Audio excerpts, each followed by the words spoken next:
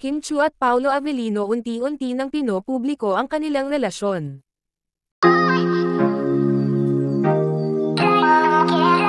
Unti-unti nang ang pinapubliko ng magkasintahang Kim Pao ang kanilang relasyon, kung saan nga ay nakatag si Kimi sa naturang IG stories ni Paolo.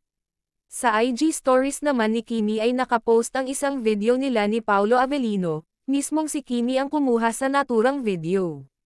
6 hours ago ay magkasama si Kim at Paolo sa pag-jogging kung saan nga ay ito ang kanilang daily routine, at ito din ang kanilang paraan para makapag-bonding.